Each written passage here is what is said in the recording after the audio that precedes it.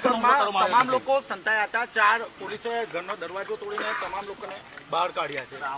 આ તાલા તો લોખંડના બનેલા છે।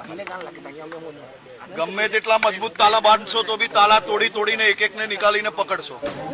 તાલા મારવાથી કોઈ બચી નથી જતું। પથ્થર મારવાની હિંમત નહીં કરતી।